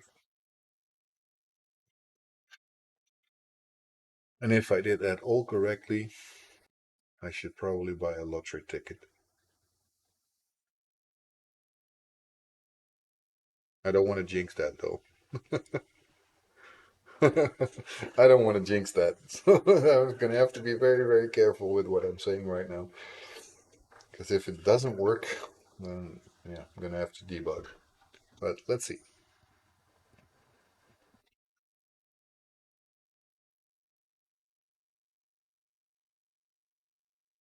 The Okay, who is going to slap me for forgetting to put my jump capacity or capability on my controller, on my player? Because I was very keen with doing that with my move, but I completely forgot to do it for my jump. So it will not jump if I'm not putting it to have the capability of jumping, right? So let's see.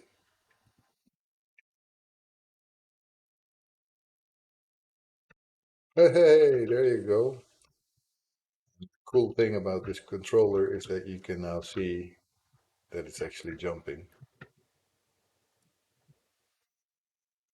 You can see that the gravity works harder when you go down. It's like boom, it goes down a bit faster than it goes when it goes up, right? Boom. So we have ourselves a working controller where we can jump. And now what I want to do is to show you the coyote time a little bit. And for that I will just duplicate this platform.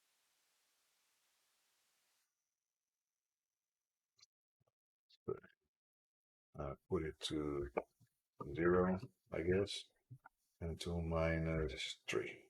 Let's see, right there.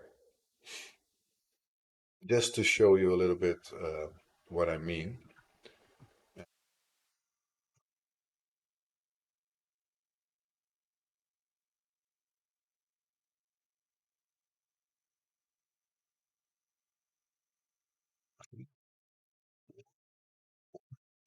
It's basically so it starts on top of this platform.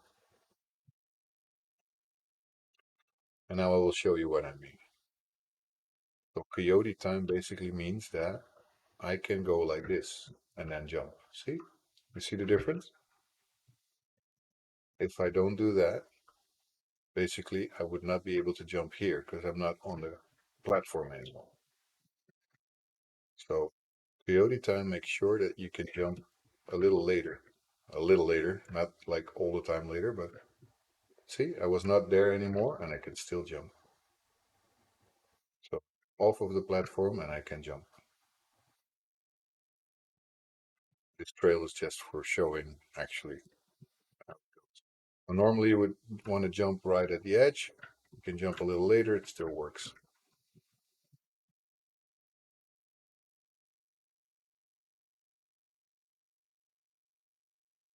So I'm Pretty excited that I did that all in one go, to be quite honest, without making a mistake. That is very rare.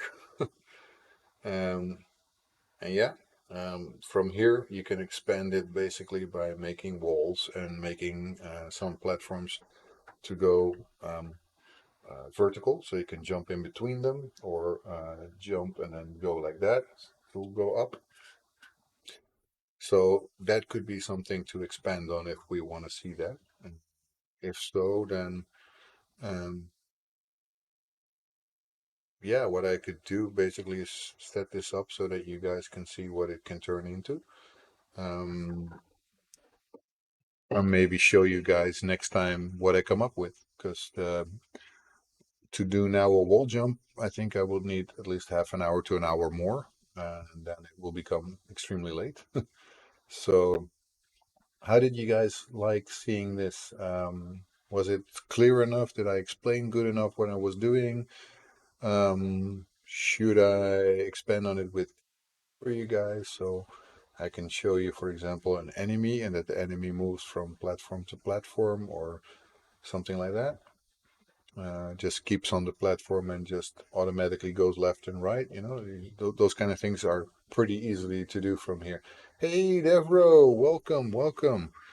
Good to see you're here also. You're a bit on the late side. I'm almost at the end normally of my stream, but it doesn't mean that I am already gonna go. I'm kind of liking my stream so far. I did it pretty well today, I guess, because I made this character controller basically from scratch, and I was just showing um, how the coyote time works. So basically, I can jump even at the edge of the platform, and the max air jumps basically said you can jump in the air, so you can do a double jump, so that works. It also has different types of platforms, so you can see that I'm slower on a sticky platform than I am on a fast platform that has no friction at all. Well, in this case, Devro, Shano was here for a while, so you were the one following him right now. But anyway, I was trying to show how I can set this up by basically creating different capabilities. And using these different capabilities, I could set this up for dashing or anything else by just adding a new capability to my player. So as you can see here on the left, I will stop playing now so you can see it a little easier. Basically, I have a player controller. I can also create, if I want, an AI controller that does a little bit different. For that, I would, of course, need a script that is, in this case, in the controller. I set up a player controller, but I could also make an AI controller, NPC controller, or whatever you want to call it, and just have different behaviors. But they can still use my input controller that is being set up. Um, Anything of that today, I can show you right now. Just give me a second. So basically, we start here and we have an input controller, and that input controller is an abstract class that does nothing in this case except for retrieve move input and retrieve a jump input. That's all we want to do. That's all I want to know about. And it's a scriptable object, so that means I can create any instance of this as much as I want. And a controller, which is a base class that does nothing more than say that we need an input controller and we need to set that thing. And the player controller has the logic in here that we need, and it has some events that it will listen to. And yeah, based on that, it's pretty easy to do your move input and your jump input. And if I want to create an AI controller, it's basically all I will change is that I will not listen to my player input actions. I could do that, then I can move too. I could do that and players, for example. But yeah, that's one of the things that I thought of, and I wanted to separate the concerns so I can easily just check and make new things. So we have a collision data detector that does nothing else but basically check for ground in this case, but I can also have other collisions that I want to check for. In that case, I can expand on this one and use it again in the other script capabilities. So what can I do? I can move and I can jump at the moment. So nothing more than just check for my speeds and acceleration.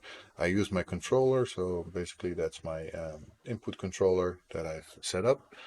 And I could, yeah, basically use anything I want from here on out. So you can control AI with this, NPCs, anything that you want, your enemies, different types of enemies can have different move capabilities or jumping capabilities just based on this script. And I think that's pretty loosely coupled.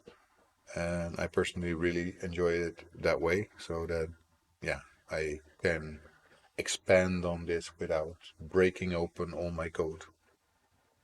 And yeah, I think that's gonna be it for today. Because if I'm gonna do more capabilities now, then I probably will be a little bit too long.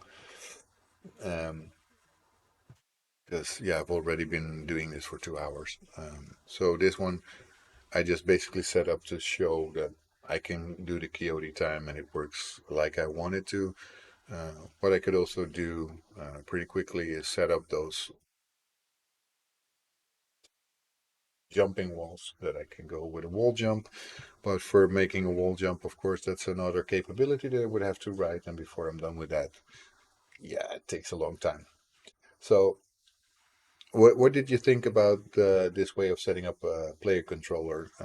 Was it clear? Did it need more explanation? Would you like to see this maybe in tutorial shape on YouTube, my channel? Or was this good enough? Would you be able to reproduce it like that? Or do you, yeah, I don't know. It was just an experiment. First time I did code in the channel. This is what I want to use for my Gaia game as the controller for the input and for the enemies and NPCs that I will have in the game. So it was basically also for me a way to rewrite that thing from scratch without anything that's in the way. So that's why I wanted to do it like this. So I hope you guys enjoyed this, and especially someone like One Lion who does a lot of coding. What did you think of the code that I used? Was it nice code? Was it bad code? Because yeah, of course, I am a senior programmer, but doesn't mean that I write the greatest code in the world. So I always feel very insecure about those things, and that's why I always find it hard to code on screen. Ah, okay, you didn't see it. You want to see it? This is basically the code, the type of code I write. So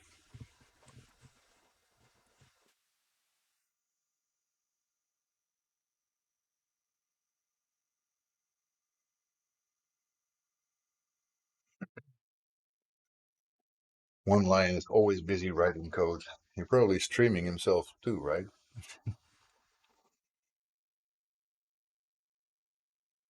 I like your naming conventions and formatting if it helps.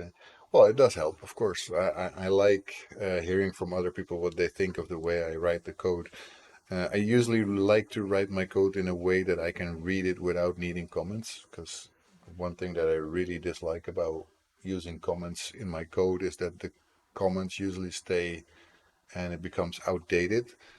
And that is something I really don't like. So, which reminds me anyway, I still have this one in there that I want to remove.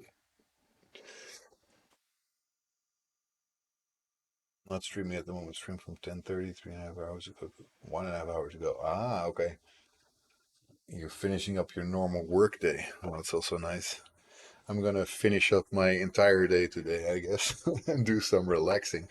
But before I do that, let me check if there's anybody that I want to go and raid today. Why the heck is my keyboard not wanting to work? Okay, because I'm not active apparently. So let's see if there's anyone that we want to raid, and it will not be the EBX Erin music because I think that's a little weird. Might just be me, but anyway, that person already has 501 viewers anyway. Then I could cook and have dinner with my wife and probably use up the rest of my contract hours tonight. Hopefully, they'll add more hours through the end of the year. I hope that too. I guess that means you're a freelancer if if I'm maybe so blunt, one lion.